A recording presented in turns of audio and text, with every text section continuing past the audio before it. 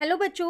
आज मैं आप लोगों को क्लास सिक्स की जो आपके पास न्यू एनसीईआरटी की बुक है ना, उसमें हमने अपना चैप्टर नंबर 10 स्टार्ट कर रखा है, the other side of zero.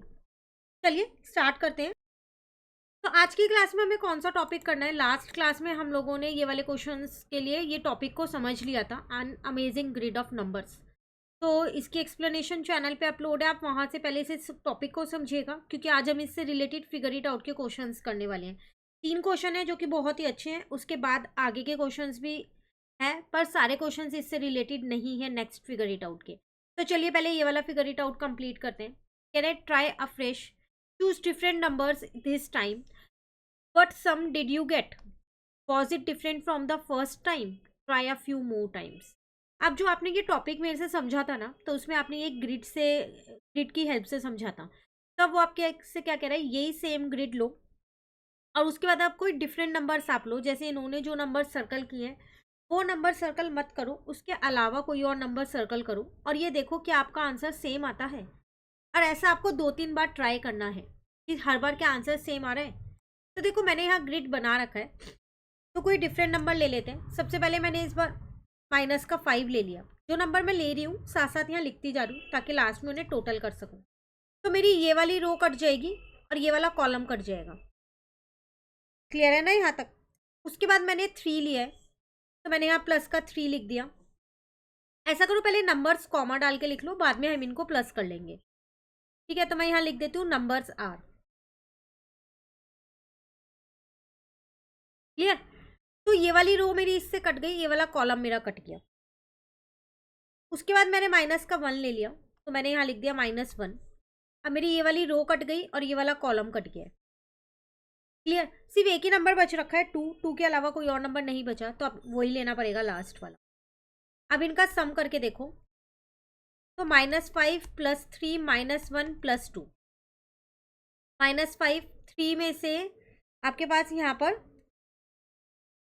1 जाएगा, तो आपके पास प्लस का 2 बचेगा, प्लस का 2 यहाँ है, प्लस का 4, आंसर आ गया -1। और अगर आप देखो जब आपने इसे लास्ट क्लास में टॉपिक को समझा था तो क्या आंसर आ रहा था, तो भी आपका -1 ही आ रहा था, सेम ही आंसर आपको मिल रहा है। तो वो वही चीज़ पूछ रहा था, was it different from the first time? No, different नहीं है ना आपके पास, तो यहाँ लिख देंगे no,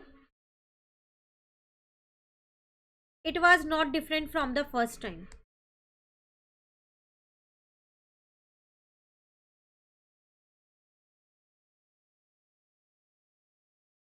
the answer remains same, जो आंसर आया वो सेम ही आया है।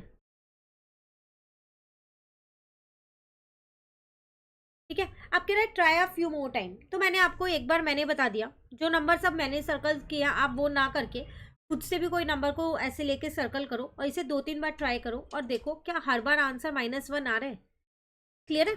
चलिए क्वेश्चन नंबर 2 में क्या कह रहे हैं, play the same game with the grid below, what answer did you get? 2 grids आपको दे रखे हैं, सेम वही गेम आपको इसमें भी प्ले करना है। तो इसी में ही कर लेते हैं। तो इसके नंबर्स मैं यहाँ लिख रही हूँ, नंबर्स आर। सबसे पहले मैंने 1 लिया है, तो मैंने इसे यहाँ पर ये रो काट दी, ये वाला कॉलम काट दिया और 1 यहाँ लिख दिया। ठीक है, उसके बाद मैंने 13 ले लिया, तो ये वाला कॉलम और ये वाली रो कट हो गई, तो मैंने 13 यहाँ लिख दिया। क्लियर है? उसके बाद मैंने यहाँ पर -20 ले लिया, देन ये वाली रो और ये वाला कॉलम कट गया। ठीक है, अभी एक ही नंबर आपके पास रह गया जो कि है -2, तो उसको ले लिया। चलो अब इनके सम निकालते हैं यहाँ पर। तो 1 + का 13 माइनस का 20 माइनस का 2, तो 14 माइनस का 22 हो गया यहाँ पर। तो आपका आंसर आ गया -8। ये तो मैंने नंबर्स लिया उससे -8 आया। मैं आपको यही बोलूँगी कि आप इसको समझ लीजिए, उसके बाद रैंडमली खुद से आप नंबर लीजिएगा इनमें। ठीक है, जो मैंने लिए वो ना लेके कुछ और देखिएगा कि आपका आंसर भी -8 आ रहा है। ठीक है, चलिए सेकेंड वाले ग्रिड के लिए करते हैं। नंबर्स आर, सबसे पहले कौन सा लोगे? 0 दिख रहा है, 0 ले लेते हैं। चलो ये कट हो गया। ठीक है ना, कोई सा भी आप ले सकते हो। फिर मैंने -5 ले लिया, उसके बाद मैंने यहाँ पर 1 ले लिया, तो ये भी कट हो गया और ये भी कट हो गया। एक ही नंबर रह गया -10, तो उसको भी मैंने यहाँ लिख लिया। फिर अब अगर हम इनका सम देखें तो 0 -5 +1 -10, तो -5 -9 आएगा, क्योंकि 1 माइनस करोगे तो आपका आंसर माइनस का 14 आ जाएगा। क्लियर है? सेम वही आप खुद से ट्राई करना, देखना आपका आंसर भी -14 आ रहा है क्या। ठीक है, क्लियर। चलिए क्वेश्चन नंबर 3 आपसे यहाँ पर क्या कह रहा है, what could be so special about this grids, is the magic in the numbers और the way they are arranged और both, can you make more such grid. ऐसा क्या स्पेशल है इन ग्रिड्स में, क्या कोई मैजिक नंबर है, या फिर जिस तरीके से ये अरेंज किए गए हैं उस अकॉर्डिंग हमारे पास यहाँ पर सम आ रहा है। आप कोई सा भी नंबर ले लो, जो मैंने लिया है उसके डिफरेंट ले लो, पर आंसर जो -8 है -8 ही आएगा, और अगर -14 है तो -14 ही आएगा। जैसे हमने अभी ऊपर क्वेश्चन नंबर 1 वाले ग्रिड में देखा, एक्सप्लेनेशन में आंसर -1 था, टॉपिक जो समझाया गया था, तो मैंने डिफरेंट नंबर लिए तो भी -1 ही आ रहा है ना। तो वो वही चीज़ आपसे यहाँ पर इस क्वेश्चन में पूछ रहा है, क्या स्पेशल है इन नंबर्स में, ग्रिड्स में, नंबर्स में कोई मैजिक है, या फिर जिस तरीके से ये अरेंज किए गए हैं वो है, या फिर दोनों ही चीज़ यहाँ पर फॉलो करती है। क्योंकि ये देखो दोनों चीज़ें, नंबर्स में भी मैजिक है और जिस तरीके से अरेंज किए गए हैं उसमें भी कुछ ना कुछ है, तभी तो आंसर सेम आ रहा है ना हर बार। तो अगर हम यहाँ पर देखें इसका आंसर, तो मैं यहाँ लिख देती हूँ ग्रिड्स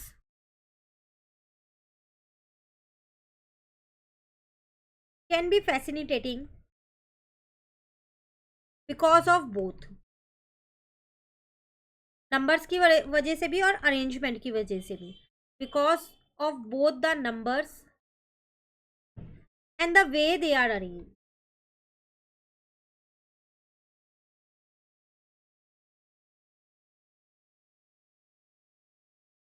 क्यों, नंबर्स जो है ना वो एक स्पेसिफिक पैटर्न फॉलो कर रहे हैं, या फिर एक सीक्वेंस फॉलो करते हैं, जैसे नॉर्मली मैजिक नंबर्स में होता है, तो इसलिए वो नंबर्स की वजह से स्पेशल है, और अरेंजमेंट की वजह से इसलिए स्पेशल है क्योंकि जिस तरीके से अरेंज किए गए हैं ना एक प्रॉपर बैलेंस बना हुआ है, तो इसलिए ये अरेंजमेंट की वजह से भी स्पेशल है।